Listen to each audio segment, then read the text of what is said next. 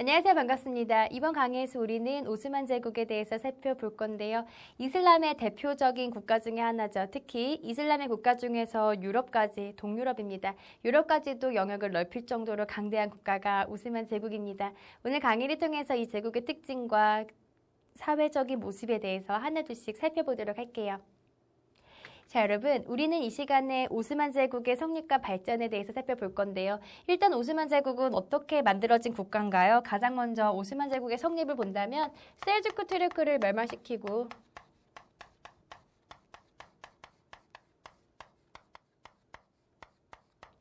셀주크 투르크의 뒤를 이어서 나타나게 된 국가가 바로 오스만 제국이에요.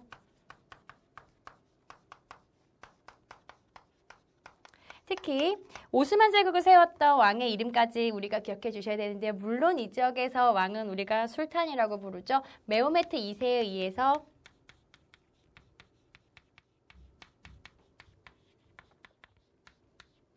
오스만 제국이 성립이 됩니다. 일단 이 오스만 제국이 갖고 있는 특징은요. 굉장히 정치적으로도 강성해지고요. 그 다음에 이 지역은 이슬람의 영향을 받고 있는 지역이잖아요. 종교적으로도 이슬람의 영향을 크게 받는 국가인데요. 특히 이 오스만 제국의 지배자, 정치적인 지배자를 우리는 이슬람 세력에서 술탄이라고 칭하죠. 근데 이 술탄이라는 정치적인 지배자임과 동시에 하나만 더 할게요. 종교적인 지배자를 우리는 이슬람에서는 칼리프라고 합니다. 술탄과 칼리프, 정치적 지배자와 종교적 지배자를 각각 의미하는 용어인데요. 이 오스만 제국에서의 최고의 통치자는 술탄 칼리프라고 칭합니다. 그만큼 어때요? 정치적, 종교적인 지배를 함께 아우를 정도로 강성했던 통치자다라는 거 익히실 수 있겠죠? 가끔 문제에 요거 나오면요. 여러분들 주저하지 마시고요. 오스만 제국이 갖고 있는 특징이다라고 확인해 주세요. 세 번째입니다. 오스만 제국의 전성기. 과연 언제 오스만 제국은 가장 잘 나갔을까요? 일단 여러분들 국가의 특징을 기억하실 때 반드시 출제가 되는 부분이 이 전성기와 관련된 부분이에요. 꼭 기억해 주셔야 되는데요. 요전에 우리가 하나만 더 언급해 볼게요. 전성기를 이야기하기 전에 이 메호메트 2세 나라가 세워지고 나서 처음부터 시작이 좋았어요. 오스만 제국은요. 어떤 특징을 가지고 발전시켜 나가냐면요. 이것도 좀 중요한 개념이니까요. 기억해 볼게요. 가장 먼저 동유럽의 동로마를 멸망시키죠. 동로마를 우리는 비잔티움이라고 이야기합니다. 그래서 비잔티움을 멸망시켜요. 비잔티움 제국을 멸망시켜요. 그리고 유럽에 진출하죠. 비잔틴 제국을 멸망시키고 그 제국의 수도를 자신들의 수도로 삼습니다. 자, 여러분, 비잔틴 제국의 수도 우리가 잘 알다시피 어디죠? 비잔티움, 다른 말로는 콘스탄티노플이죠. 왜 콘스탄티노플인가요? 콘스탄티누스 대제가 수도로 삼았기 때문에 콘스탄티노플이죠. 자, 그런데 이 비잔틴 제국이 오스만한테 멸망을 하게 되면서요. 이 콘스탄티노플이 오스만 제국의 수도로 바뀌게 돼요. 지금의 명칭은 이스탄불입니다. 터키 수도죠. 바로 이 오스만 제국이 터키의 원형이 되는 국가였기 때문에 이스탄불을 수도로 삼았다라는 것도 확인해 주세요. 자, 그럼 이제 전성기를 살펴볼게요. 모든 나라를 배울 때는 전성기가 무엇보다도 중요하답니다. 특히 이 오스만 제국의 전성기는 술레이만 1세 때가 전성기예요.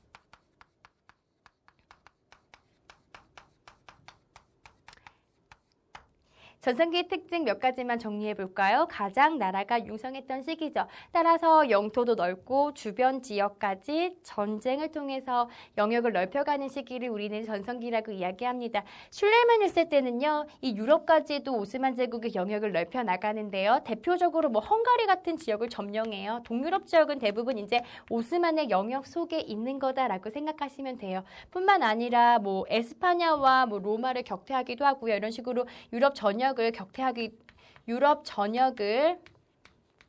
유럽 지역이라고 표현해 볼까요? 특히 동유럽 지역에 한정되어 있으니까 지역을 공격하면서 점령하기 시작했다라고 기억해 주세요.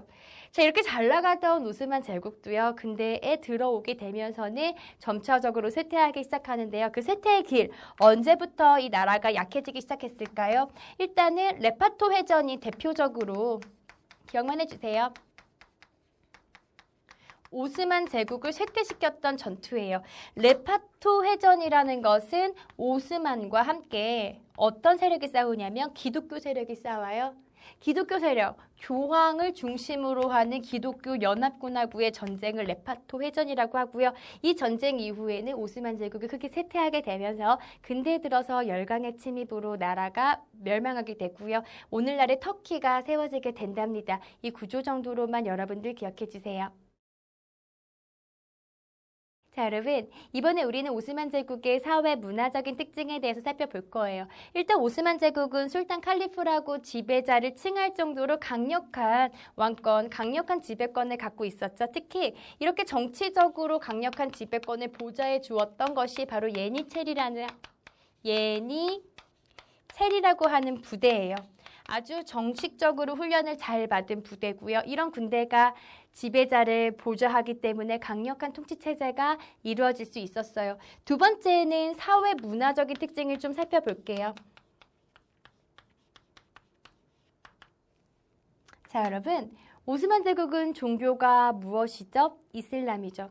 이슬람을 믿고 있는 종교 지역 나라지만 얘네가 지배했던 지역은 동로마 지역이에요. 유럽의 일부 영역까지도 영토를 넓히고 차지했네요. 자, 그러다 보니 피정복민들은요, 이슬람 이외에 크리스트교를 믿던지 또 그들만의 종교를 가지고 있을 거예요. 오스만 제국은 그들의 종교를 수용해 줍니다. 이런 정책을 관용 정책이라고 하고요. 그러니 너가 믿는 종교도 믿을 수 있어 라는 정책을, 너의 문화도 내가 인정해 줄게 라는 정책을 하게 되는 거죠. 이해가 되시죠? 그런데 단 조건이 있어요. 이때는요, 약간의 인도세를 내야 돼요. 종교의 자유를 얻기 위해서는 세금을 낸다면 너의 문화를 너 마음껏 유지할 수가 있지라는 그런 체제가 만들어져요. 그럼 여기서 우리가 한 가지만 더 추론할 수가 있죠. 이렇게 사회적으로 다양한 문화를 인정해 주는 관용 정책을 추진하다 보니까 문화적으로는 어떤 특징을 띠고 있었을까요? 당연히 문화적으로는요, 색깔이 더 진해졌네요. 다양한 문화가 공존을 하게 됩니다.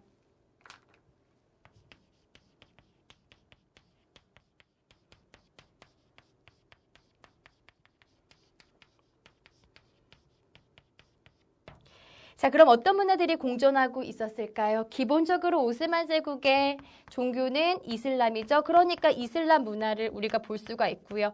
거기에다가 이들이 지배했던 지역은 비잔티움이에요. 비잔티움은 로마 카톨릭의 영향을 받았던 지역이죠. 그러니까 비잔틴의 문화 또 공존하겠네요. 거기에다가 페르시아 지역. 문화도 공존해요. 뿐만 아닙니다. 오스만 제국은 셀주크 튀르크를 멸망시키고 세워진 국가죠. 그러다 보니까 셀주크 튀르크계의 문화들도 튀르크계의 문화들도 공존을 하겠네요. 이렇게 다양한 문화가 공존하였다라는 것도 함께 기억해 주세요. 아무래도 이 오스만 제국이 추진했던 관용 정책이 다양한 문화가 나타나게 되는 배경을 마련하지 않았을까요? 함께 여러분들이 논리적으로 이해해 주실 수 있어요. 이해가 되시나요? 좋아요. 자, 여러분, 이 시간에 배웠던 중요한 내용들을 우리는 핵심 정리를 통해서 한 번 더 파악해 보도록 해요. 이 시간에는 오스만 제국에 대해서 배웠죠. 특히 오스만 제국의 성립과 발전에 대해서 살펴보았고요. 그리고 사회 문화적인 모습까지 함께 살펴보았답니다. 한 가지 중요한 특징은요, 이슬람을 기반으로 하지만 관용 정책을 실시하게 되면서 다양한 문화가 공존하였다. 또 하나, 정치적인 지배자는 술탄 칼리프라고 칭할 정도로 정치와 종교를 아우르는 절대적 영향력을 미쳤다라는 것도 함께 기억해 주세요. 자, 여러분, 이 시간에 배웠던 중요한 내용을요, 우리 문제를 통해서 한 번 더 확인해 보도록 해요. 빈칸에 알맞은 말을 채우는 문제인데요. 먼저 풀어보시고 저와 함께 답을 맞추셔야 돼요. 준비가 되셨으면 함께 답을 맞춰볼까요? 자, 먼저 첫 번째 문장입니다. 오스만 제국의 술탄 칼리프 제도는 정치 지도자와 종교 지도자의 역할까지 함께 수행하는 제도로요. 중앙집권적인 체제가 확립되죠. 또 하나, 술탄의 친위 부대는 우리가 예니체리라고 했죠. 이렇게 강력한 부대가 그 술탄을 보조하기 때문에 더욱더 중앙집권적인 체제가 강화될 수가 있었겠죠. 자, 두 번째 볼게요. 오스만 제국의 수도가 어딘가요? 그렇죠. 콘스탄티노플을 점령하게 되면서 만들어진 수도죠. 이스탄불이라고 칭하고요. 동양과 서양의 다양한 문화가 공존하는 동서문물의 중추적인 역할을 했던 곳이었다라고도 함께 기억해 주세요. 자, 여러분 이렇게 오늘 이 시간에 우리는 오스만 제국에 대해서 살펴보았어요. 오늘 배웠던 내용들 조금 복잡하거나 생소했던 부분들이 많이 계시겠지만요. 선생님하고 함께 포인트로 잡았던 부분들을 중심으로 꼭 기억해 주시고요. 복습해 주시는 것도 잊으시면 안 돼요. 강의 듣느라고 수고하셨습니다.